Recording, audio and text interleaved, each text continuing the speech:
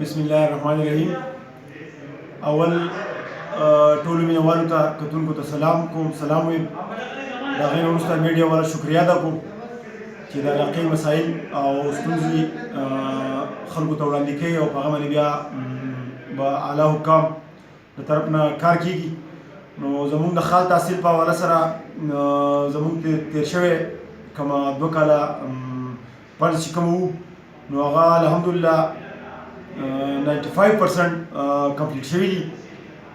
او را روان چې کومه زموږ اوس 2.5 کروڑ روپۍ کومه بجټ دی نو هغه هم فاینل تقریبا سکیمونه لېږلی شوي دي، هغه به هم اوس ټنډر کېږي.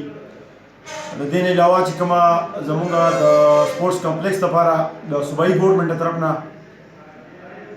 کوم فنډ مختص شوی دی، خو چونکې دلته کې زموږ سره د ځمکې کمی دی او مونږ تقریبا هغه هم فایل شوي ده د ډېرو مشرانو سره، قومي مشرانو سره په کې زموږ میټینګ شوي دي. سبا هم زموږ په هغه کې زموږ د خال د قومي مشرانو سره یو میټینګ دی کینو به انشاءالله هغه سپورټس کمپلیکس ته به ګراوند ورکوو، ځای ورکوو، قومي مشرانو نه به د هغې سره دغه کوو او هغه کې مونږ ته پري اف کاسټ هم د قومي مشرانو زه ډېره شکریه ادا کوم چې په هغه کې صحیح حساب مونږ ته پري اف کاسټ راکوي. د دې نه علاوه د اوبو په حواله سره چې زموږ په علاقه کې د اوبو ډېره غټه مسله ده نو یو میګا پراجیکټ زموږ روان دی صوبایي ګورنمنټ عنایت الله منسټر صاحب سره په دې باندې زموږ نشستونه شوي دي او نن هم زه د پېښور ته روان یم. په هغه حواله سره به زموږ د عنایت الله صاحب سره ناسته کېږي انشاءالله. هغې ته فنډ څه نه څه دغه شوی دی او په دې کال نیم کې به په هغه باندې انشاءالله پراپر کار شروع شي. د دې نه علاوه زموږ د بجلۍ مسله ده نو په بجلۍ مد کې هم زموږ خال کوم نوی فیډر چې روان دی، کوم نوی سیستم چې روان دی په هغه کې به زموږ د بجلۍ په حواله سره هم خال هغه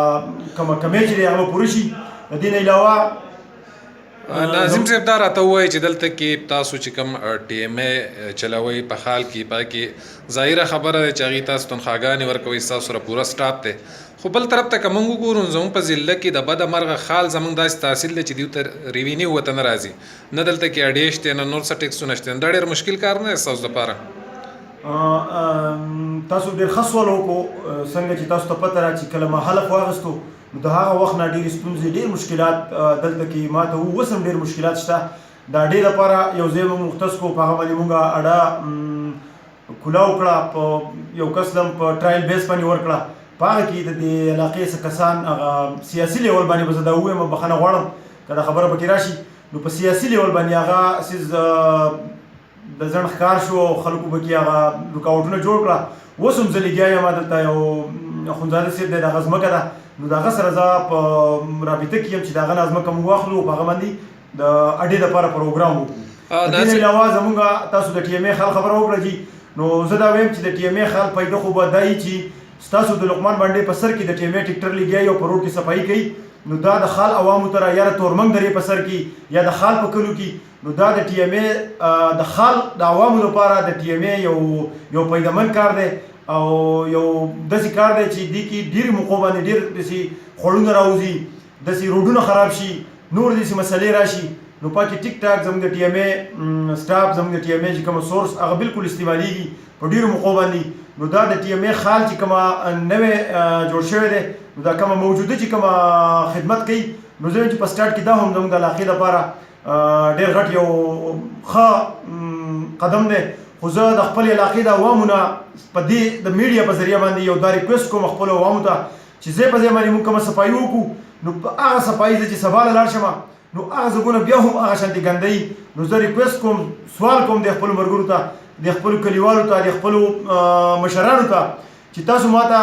د کچرې دپاره ځای په ځای باندې پوینټونه راکړئ، هغه به زه جوړ کړم. زما ګاډه د ټي ایم اے به جوړ کړي او ټي ایم اے ګاډه به ځي هغه بیا صفا کوي، که په هفته کې ډکېږي که په 15 ورځو کې ډکېږي. خو اوس که ځای په ځای باندې په کوڅو کې دا ګند پروت وي نو زموږ نالۍ چې کومه نالۍ موږ صفا کړو هغه نالۍ سبا له بیا د پلاستیکونو نه او د ګند نه ډکوي. نو زما به دا ریکویسټ وي چې ما له دوه پوینټونه راکړي، زه په هغه پوینټونو باندې دوی ته زګونه اساس کړم او بیا صفایي په ښه طریقه باندې کېږي. په اخره کې ناظم صاحب د تحصیل خال چې کوم عوام دي د هغې په نوم باندې ستاسو جنرالي پیغام څه دی؟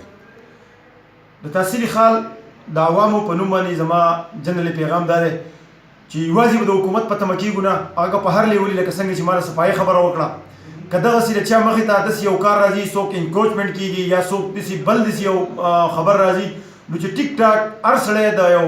محب وطن پاکستاني کردار ادا کړي او په هغې باندې کمپلین وکړي که هغه په هر لیول باندې هغه یوازې دا نه ده چې چنه کوڅه ده زمونږ روډونه زمونږ آبادي چې کومه ده نو هغه په داسې طریقه باندې مونږ آبادي روانه ده چې زمونږ روډونه زمونږ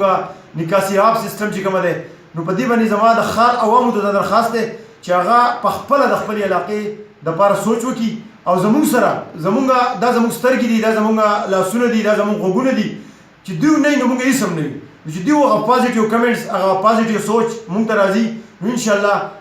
لرې نه ده چې خال به انشاءالله په ټولو تحصیلونو کې زر لکه څنګه چې د دیر د ځنې خال دی نو دقسې به انشاءالله وځلېږي زه د خپل قوم نه او د خپل الله نه دا امید لرم چې مونږ به محنت کوو او الله پاک به مونږ له د هغې ثمر راکوي انشاءالله تھینک یو